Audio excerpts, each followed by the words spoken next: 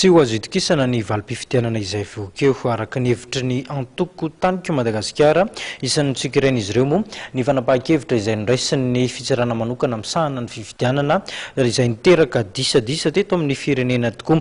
Ankoatr'izay dia nitondra ny fanehoan-keviny mahakasika ny raharaham-pirenena ity antoko akaiky ny ankolafaravalomana ity. Lova Ramanatsoa Kristy rakotra manga no mamintana andro vao.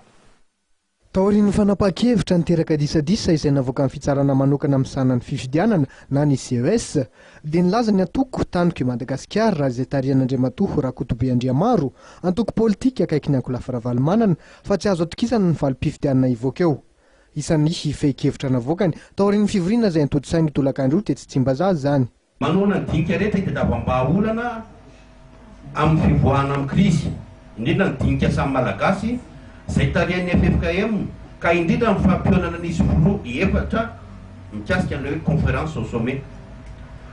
Fanapahan-kevitra tsy azo iverenana intsony ny navoaka ny CES amin'ireo mpilatsa-kofidiana ho filoham-pirenena mangataka ny fanavozana tanteraka ny CES satria anisan'ireo nampitondra fahaorinan'ny firenena ny mpikambana ao fonombola ACC izay tsy nilobava akory nandritra ny fotoana maro fa vao mainka nanampy ny mpanonga-panjakana manasady ary zay amin'ny tsisia ny voka-pifidianana tena marina raha izao fomba fiasa misy ankehitriny zao.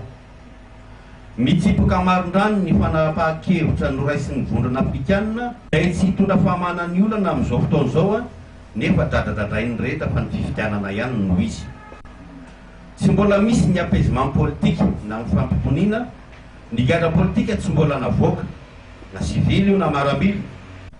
Mitaky ny fandravanan'ny FFM izay tsy hitondra vahaolana mihitsy amin'ny fampihavanana fa andany fotsiny volam-panjakana. Notsindrin'ny antoko Taniko i Madagasikara nandritra ny fotoana fa tsy hipifandrafy akory izy sy ny fikambanana zanak'i dada.